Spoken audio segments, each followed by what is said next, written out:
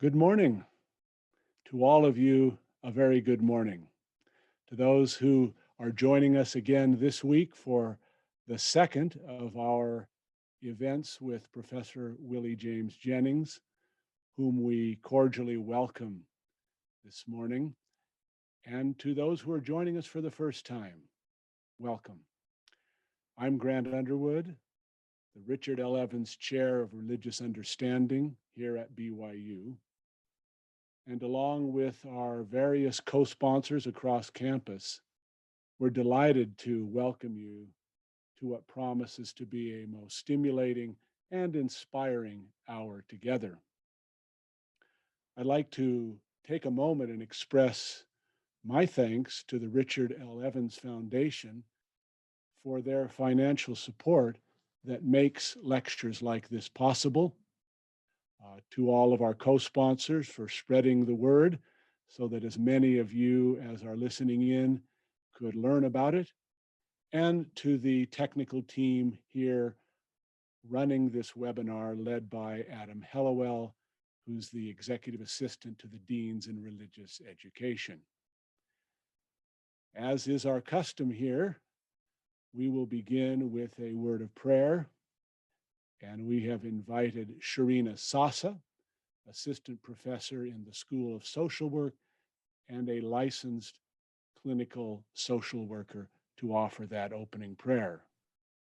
Professor Sasa. Our kind and gracious Father in heaven, we come before thee at this time with humility and gratitude for this opportunity we have yet again to be enlightened and edified by Professor Willie James Jennings. We are grateful for his knowledge, his faith and courage to do this work that is hard but much needed to make this world a better and inclusive place for all thy beautiful and diverse children. We ask that thou might bless him and provide him with the comfort and the guidance he needs this day to convey his message. And we ask that thy spirit may be with him and all that are here today. We ask that our hearts and our minds may be open to the message that we hear today, and that we may have the faith and the courage to live our lives and to do our work, whatever it may be, in a way that bears witness of thy Son, Jesus Christ, and all that he represents. We are grateful to be here. We are grateful for thy love. And we're also very much grateful for everyone that has been involved in putting this program here today. We love thee and we pray for these things humbly in the name of thy Son, Jesus Christ. Amen. Thank you, Professor Sasa. Professor Willie James Jennings is a professor of systematic theology and Africana studies, and it may interest you, Professor Jennings, to know that Professor Sasa was born and raised in Zambia, and we're delighted to have her as a colleague here on campus. To introduce Professor Jennings to those who have not yet had that opportunity, let me just quickly tick off some of his most notable accomplishments.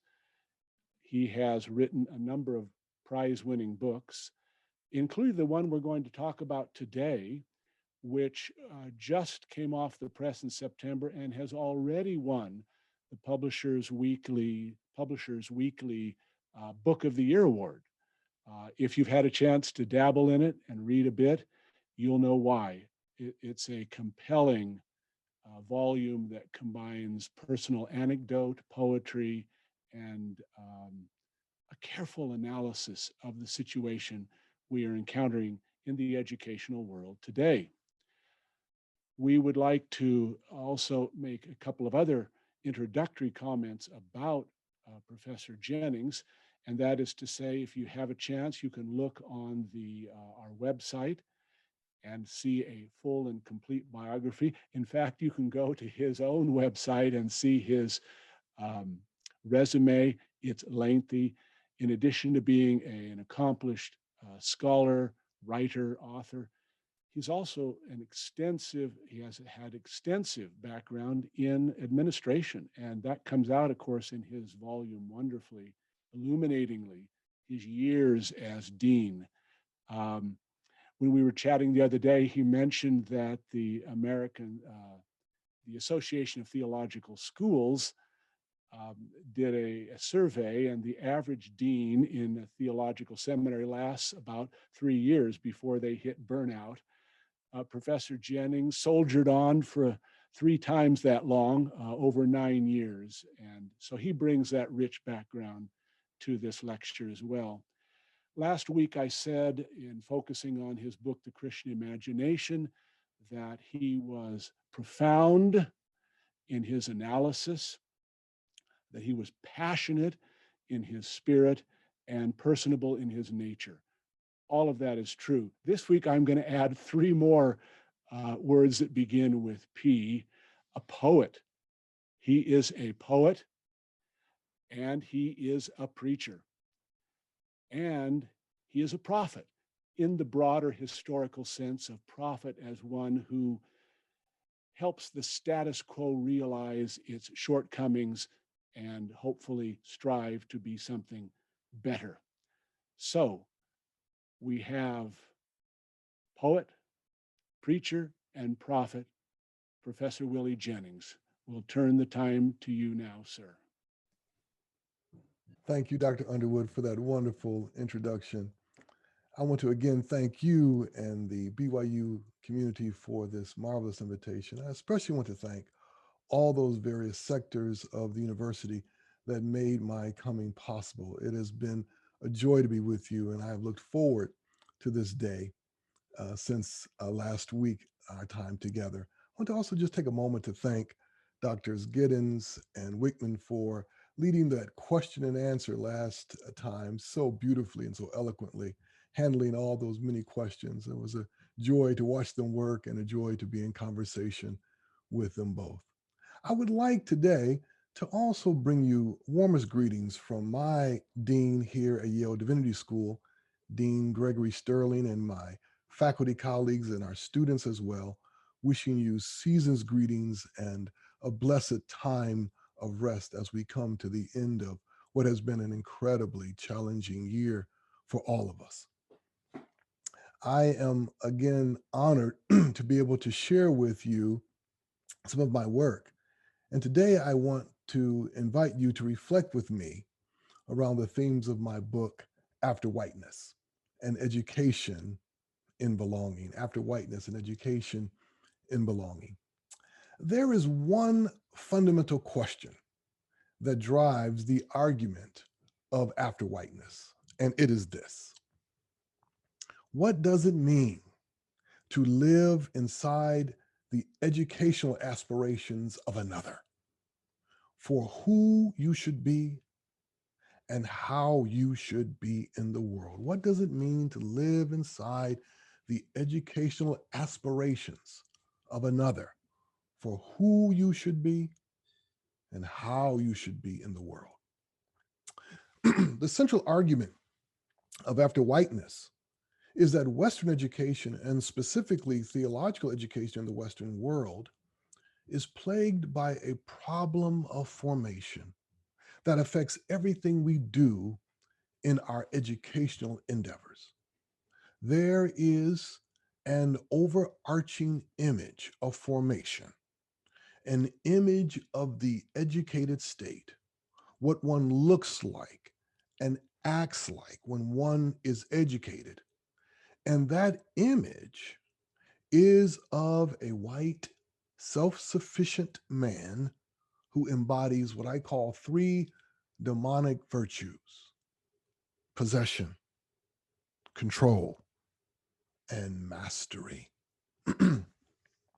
Now, this book, as Dr. Underwood was saying earlier, this book grows out of my many years in higher education as an academic dean, faculty member, and student, and my many years as a consultant to schools across the country and in Canada around a whole host of matters, from diversity training to doctoral student formation, from curricular development to conflict management. This book comes out of many years of listening carefully to faculty, administrators, staff, and students as they shared with me anguish mixed with joy, anger and frustration mixed with their determination, their doubting mixed with their commitment, and our shared inability to capture in words something that we all sensed haunted the educational institutions we inhabited. That something was the pressure, the press, and the pull we all felt to form ourselves into this white, self-sufficient man. So in After Whiteness, I explain that haunting and the problems it creates for our formation and our work of forming others. But I also offer an alternative, overarching image to guide our work in education and to guide what I hope students will come to see as the right aspiration for who and how they should be in the world. That alternative image turns our attention to Jesus and the crowd. Jesus and the crowd. That motley, unruly mass of people who are together only because of Jesus. Jesus gathers a crowd. The crowd, let's be very clear, the crowd is not Christian, but it is the basis on which a Christian could form. And it is the basis on which life together, rich life together, could form.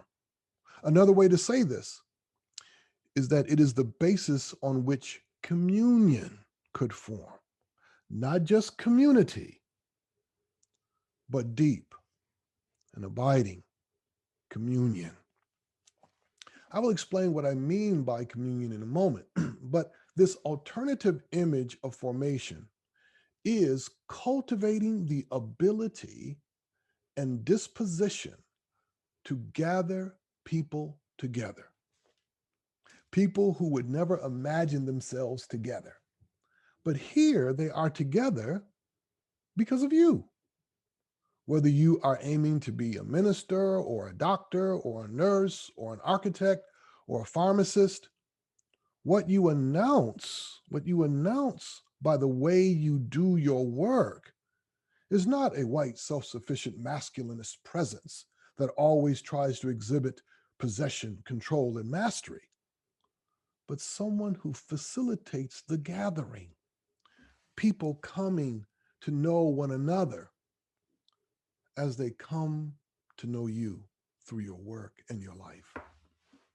Now, how we uncouple ourselves from that damaging, overarching image of formation and connect ourselves to this life-giving image requires all of us, especially we teachers and administrators, rethink our life in the academy.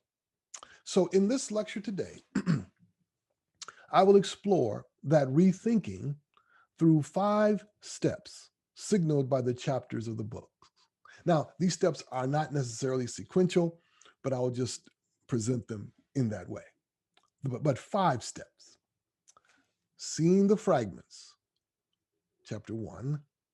Addressing the designs, chapter 2. Understanding the building, chapter 3. Resetting the motions, chapter 4. And embracing love, chapter 5. Again, seeing the fragments, addressing the designs, understanding the building, resetting, if you will, point toward is connecting desire. The desire for learning with God's desire for the gathering. And as I point out in the prologue, sometimes the desire to learn is bound up in the desire to escape or a desire to change ourselves, How do we touch something? How do we touch something, my friends, that is not easily touched? How do we speak about something normally not stated openly or honestly? How do we get at that space where feeling and thinking and feeling dance with each other at the sites normally hidden as people move through the academy? Well, you need a different way of speaking. So in this book, I use poetry and memoir and storytelling and vignettes and some straightforward analytical description to try to name what is known but rarely named. And that is the struggle over and the fight with the image of the white self sufficient man, or more precisely, the struggle over white self sufficient masculinist intellectual form. Now, let me remind you of something I said in the previous lecture about whiteness. Please remember that whiteness is not phenotype, not first appearance, or biology, or culture, and certainly not a part of God's creation. Whiteness is a way of seeing the world and a way of being in the world at the same time. Whiteness is a way of organizing the world, making sense of the world. And whiteness is having the power to order one's world by that effort.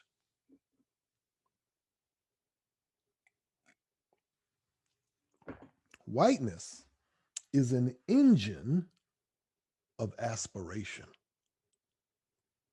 So when we say a white, self sufficient man, we are not talking about some particular historical person of the past or someone of the present, but an invitation offered to everyone, male and female, of every ethnicity, every class, social status, anyone and everyone touched by Western education.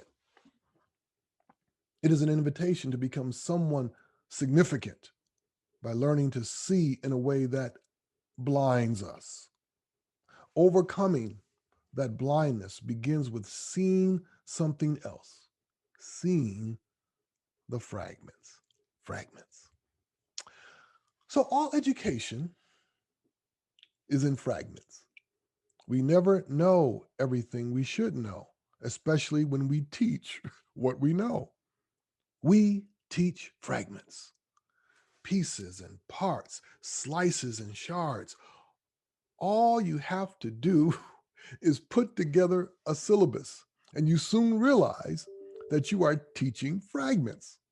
Now, those of us in theological education, we especially know that this is the case because we only have fragments.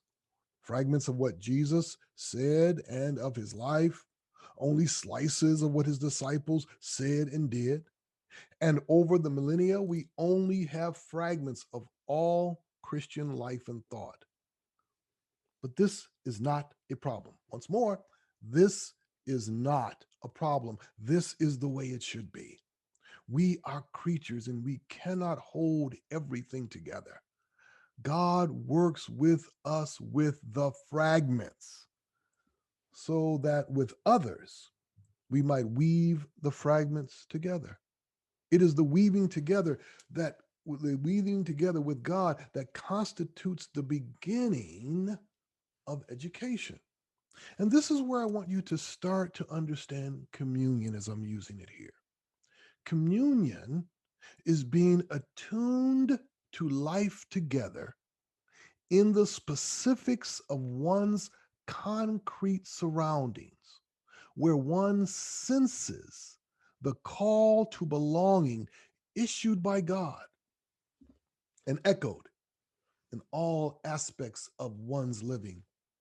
Those of us involved in theological education, we sense this calling in and through the fragments we work with, but you can certainly sense it with other disciplinary areas. The problem begins not only when we deny we are fragment workers and imagine we are working with wholes, WHOLES, but also when we deny that there is a shared weaving ahead of us, where we, together with others, weave knowledge together, allowing things to be added and left out, depending on the work we are aiming to do or the task we are aiming to accomplish. Now, you could ask me at this point, am I talking about interdisciplinary work where people who inhabit different fields bring their work together? Well, yes, but I'm really talking about something much wider and deeper than just interdisciplinarity.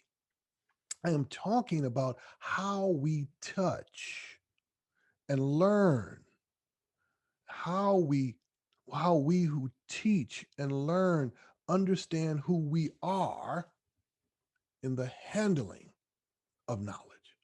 Which brings me to the second fragment work we must do. And this is to gather those things that were never meant to be fragments. The second fragment brings us back to the shattering effects of modern colonialism, where so many people had their worlds torn apart and torn into pieces.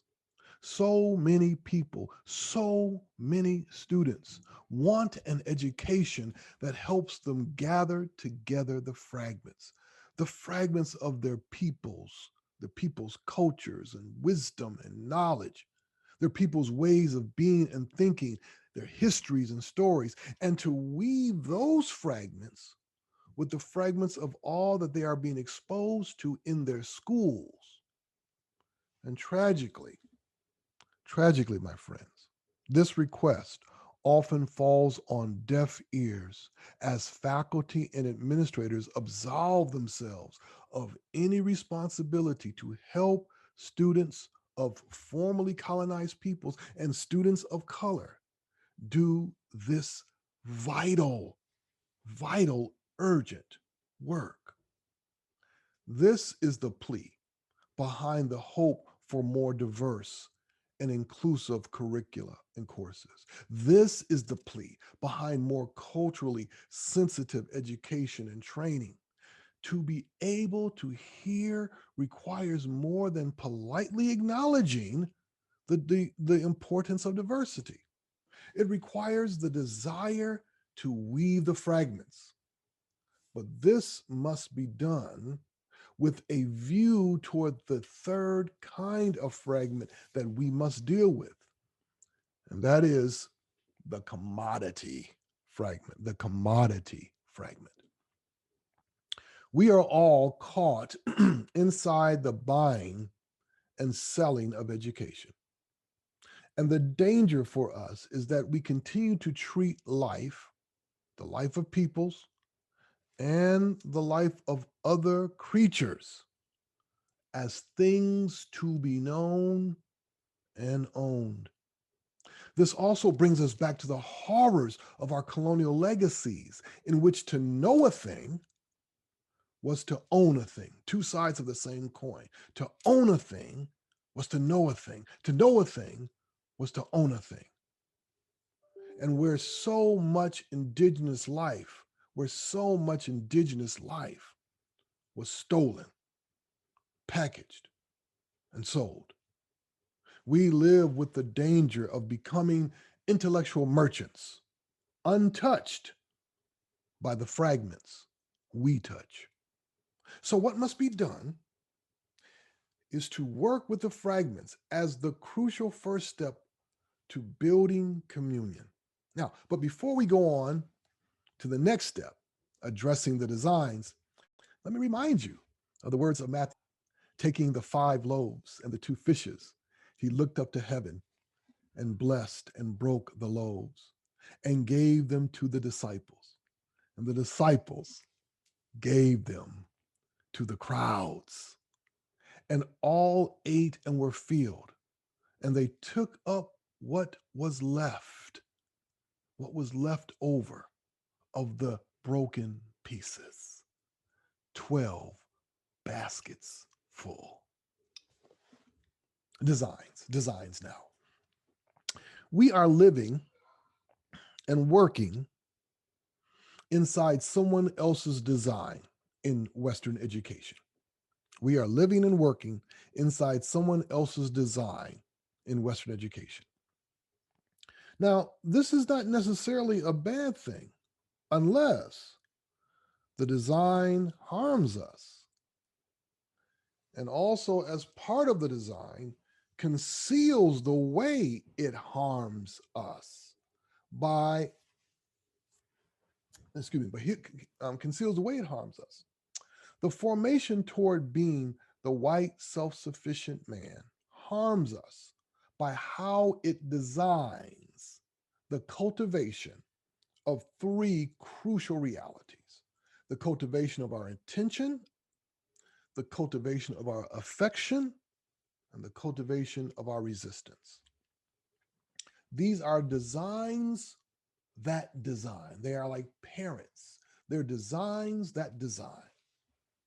To become a student or a scholar is to learn to pay attention and to deepen one's ability to pay attention.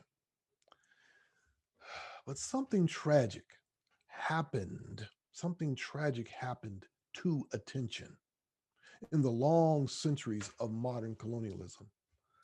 Attention was forced into an embrace it did not want, an embrace that turned our attention to Europe as the center of all evaluation and drew us into a strangled and suffocating Eurocentric vision of what is serious, what is rigorous, and what is scholarly. That vision denied and yet denies a broad, beautiful framing of what is serious, what is rigorous, and what is scholarly. One that expands what and how we see the world. A poem. I call this one Doctoral Seminar. Doctoral Seminar. Time for a hearing, Your Honor. Nervous energy quivering until the room levitates downward with doctoral students lost in running a tight circle, underground, faster and faster. I will ask a question. Will I sound intelligent? Like I belong to the room filled with bitten apples, all staring at me with bright light? I sweat, waiting for my slender opening to give the sound of thought and prove something to no one in particular, until the day comes when I stop listening to fears and listen to voices, including my own. Some never hear the sound of intelligence. Cultivating affection comes with cultivating attention. And cultivating affection has to do with cultivating a love of learning and a love for all the things that make for learning, all the things that make for learning. Yet, just like we live with a legacy of forced attention, we carry forward a colonial legacy of forced affection. Europeans took their visions of the true, the good, and the beautiful and compelled indigenous peoples to bind them with their own visions of life. Sometimes Native peoples heroically could reconcile colonial aesthetic visions with their own visions, weaving them together in a fruitful and stunning mixture or an uneasy alliance. But more than often, those European visions slowly and surely covered over indigenous ideas of what was true, what was good, what was beautiful, covered them like weeds covering flowers. As we will talk about under the next step, understanding the building, That work of forcing affection happened as new colonial words were built on top of existing indigenous worlds, and new products, new goods, new ways of making things told indigenous peoples the world over that in order to love rightly, you must love the European and his ways first. We meet this forced affection today in the ways the true, the good, the beautiful, the noble, and the desirable continue to revolve around white bodies and white Western life in media culture and in all the arts. We also meet it in the ways academics teach affection through the stories and anecdotes we tell in our classes, the ideas we canonize, and the music and art and literature we hold up as deeply desirable, as giving us the most penetrating view of existence. Now, let me be clear, the problem is not affection, but limited and constrained affections that tell so many students of color that there is an order to love of learning that runs through European voices first and then expands to others. Those other voices are the icing on the cake or embroidery on a beautiful cloth. They simply embellish what is already the truth. The Western Academy tells so many people your ways of thinking and being are worthy of affection only to the extent that they mimic or gesture toward Western ways. Cultivating a wider reality of attention and affection does not require we suspend judgments. It means that we judge our judgments for the world that they see and the worlds they ignore. It is precisely what we see and cannot see that brings me to the third design, resistance. Now, designing for resistance has to do with how schools cultivate with students what it means to fight injustice, oppression, and all those things that limit and destroy life. And here, I hate to say it, but it is the truth. We are failing terribly, my friends, in cultivating resistance together. We are failing because we don't know how to invite people into a shared work of cultivating resistance. Rather, we present that cultivation as individualized prophetic endeavors. I don't just mean how to build coalitions, but how to build lives together that resist evil together, that fight injustice together. So, what must be done with the second step is to rethink the designs we are inside of, realizing that we need new designs that design, parental designs that give birth to more designs, which brings me to the next step or another step, understanding the building.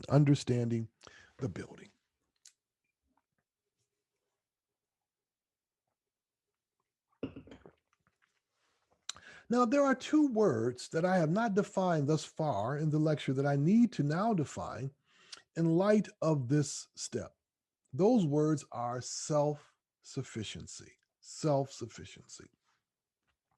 Self-sufficiency has to do with the legacy of what's known as the magnanimous man. The man who, inspired by the logic of Stoicism, lives a balanced life, never giving to apologizes for his strength and his decisiveness, but always uses his power for the good. But it is indeed his power.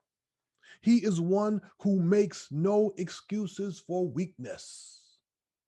It is this sense of self-sufficiency that showed up throughout the colonial world in the encomiendas or the haciendas, and especially the plantations of the New World.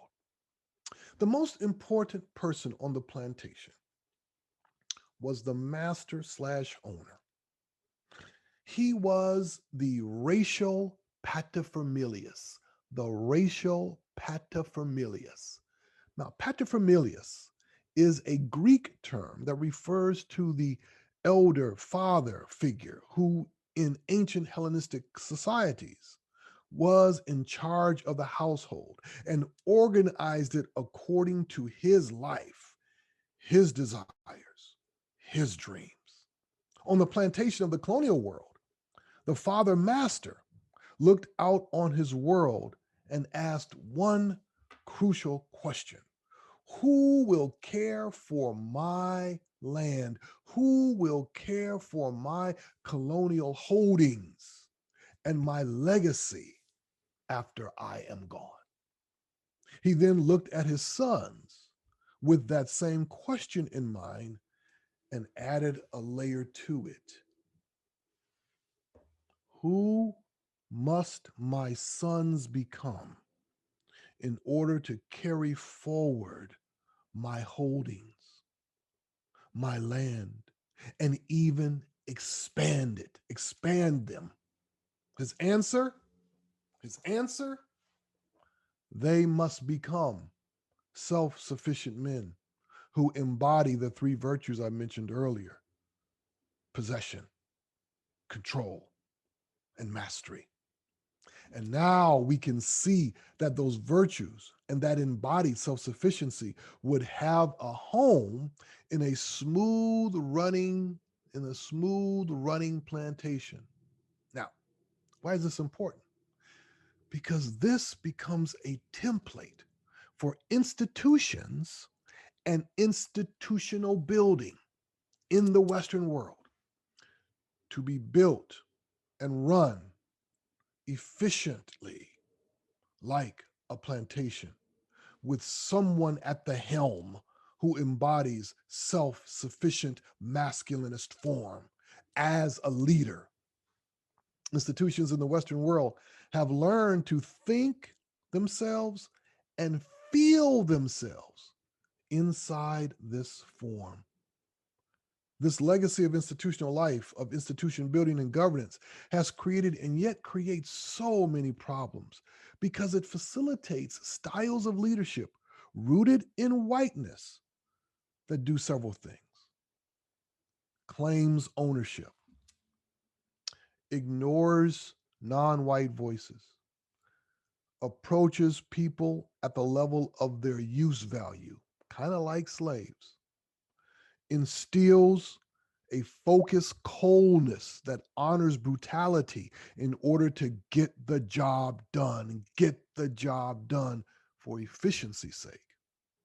And 5, fosters a sense of alienation for those working, especially people of color. So the question this step raises for us is this: how should we understand our building work so that we always build together and build one another up? How do we build that turns away from that old master's dream, that old master's desire to create sons who build inside his dream of building? Another poem. This one is entitled Building New Babel. Let's try this again, but now with noise, a cacophony of voices that none of us can control. We need that destroying God who made all of this happen, threw away our plans and sat down in our midst. You, God, speak to each of us. We can now only speak through you to one another and understand what and how to build with what stone, which wood, whose cloth, whose hand, which eye, whose feet, which arm, every mind, each hope, climbing higher. Nothing will be wasted. No one will be thrown away. Then we will say to one, as one, we have built together only what you wanted, what we desire to see, you in your home. Another step that we need to take is resetting the motions, resetting the motions. Think of motions as that which goes on inside of us and that which goes on inside of educational institutions, our educational institutions, as we are inside them and they are inside of us. The turning that is a constant spiraling up and a spiraling down, a spiraling up and a spiraling down. And here I want to draw attention to the ways the inner life of those who inhabit the academy as student or professor or administrator have been damaged by the quest to become that self-sufficient man and show their finish, their completion of that formation, their finish. There is supposed to be a great joy that comes with a life of solitude, even if you are only exposed to it for a few years as a student, where the work of thinking and study and reflection should cultivate an inner life that opens us more deeply to the lives of others, and where the possibility of sharing life takes on new dimensions. The quest, however, to become that self-sufficient man, always showing his finish, moves us toward an isolating individualism that weakens our capacity to and interest in entering into the lives of others. That isolating individualism shows itself painfully in the evaluative worlds that we have created that in so many cases and in so many ways torture us, especially those imagined most removed from becoming that white self-sufficient man, that is, women and people of color. So many of us live with a torturous, evaluative logic inside us, producing a cruelty that we inflict on ourselves and on so many others. This isolating individualism also dulls our senses to the revolutionary overturning that is the life of God, an overturning that speaks our freedom and creativity to think anew. How can there be an overturning that is at the same time a building up, and a building up that is at the same time an overturning?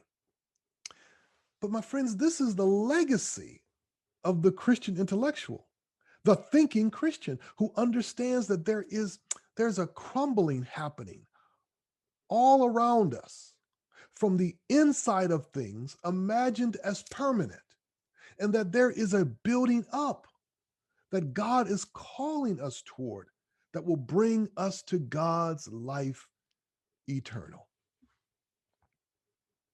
Another poem. This one has no direct title. Do you hear the calling from the new nothing? Not the old one, born of robbery and lack, but the nothing out of which came that voice speaking light to see clearly the beginning of a new day, of rubble turned to hill and lifting head, and in an instant make refuse the stuff of freeing legend. To glory thine be. So this fourth step is to claim an outward turn with the inner life that pushes against the prison doors of the sick evaluative world that we have inherited, and brings to death the isolating individualism that hunts our souls. My screen just said that it froze for a moment, so let me just repeat what I just said in case you lost it. So what must be done with the fourth step is to claim an outward turn with the inner life that pushes against the prison doors of the sick evaluative world we have inherited, and brings to death the isolating individualism that hunts for our souls. This brings me then to the final step. embracing love, which is eros. Throughout this lecture and throughout After Whiteness, I have been outlining a new vision of the educated state. What does one who is educated, one who has been formed through a careful and attentive educational process look like? They gather. They gather people together who would never, under normal circumstances of life, be drawn together. Strangers and enemies, friends near and distant, all drawn together through the life and the work of one. But gathering must be redeemed. It must be rescued. It must be rescued from the sick gathering that has formed because of whiteness and the colonial wound it has created. Now, listen very carefully to me. There is a form of gathering that now exists and exists powerfully in the world, one that revolves around centered whiteness and the controlling intimacy we referred to in our last lecture. To recall that centering whiteness with its controlling intimacy, imagine the entire world as service providers inside white intimate space. And imagine that the best organization of social, cultural, economic, and geographic life, social, cultural, economic, and geographic life must be initiated, guided, and governed by white bodies. That reality of white gathering, exhausts people and presses them into their own cultural enclaves as places where they can find safety, comfort, and an affirmation of their voices and their lives. The gathering born of whiteness can only be defeated by a gathering born of holy desire, where we seek out one another, not as service providers for our needs, but as those we are called to offer ourselves to in life together. Yes, there is the meeting of needs, but the meeting of needs is inside the larger joy and goal of life together. Yet here we must face the fear and suspicion, rightly earned, the fear and suspicion that people who have been shaped in the gathering born of whiteness cannot and will not ever truly seek another reality of gathering. And there we must remember the new life that God offers through God's holy child, Jesus. Another poem, no title again. I don't see a way out, he said to me. These problems cover me too thickly, he said to me. Tattooed into my skin, he said. Really? I said. I will take them to my grave, he said. Then I said, that sounds reasonable to me, Nicodemus. You see, something must be given up, or should I say, someone. That old man, my friends, who is a master, who dreams his son in power, dreams his son become the white self-sufficient man. He must die in us in order for another dream to take hold. So I conclude with another poem Again, no title. He blessed it and broke open his dream, one part in each hand, to those on the left and those on his right. He said the same thing as he handed them his dream. Eat this dream, and it will kill the dream that kills. Hands trembling, they wondered which of their dreams would die and which would grow stronger. Thank you very much. Thank you, Professor Jennings, for a rich and challenging address. To all of our audience, the opportunity to ask questions and to converse further with Professor Jennings awaits us shortly. Within essentially a half an hour, we're going to start the first of our workshops, and you may ask questions at that time, and we will have our questions moderated by two of our fine BYU colleagues, Lita Giddens and Matt Wickman, both of whom assisted us last week and both of whom I will introduce further at our next event, which here in the mountain area is at noon.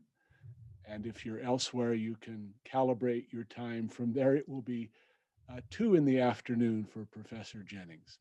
In any case, we look forward to you joining us in a half an hour, and we'll begin our enjoyable question and answer session with Professor Jennings on a very interesting, stimulating topic. Again, thank you, Professor Jennings, and thank you to you, the audience, for listening in to this lecture.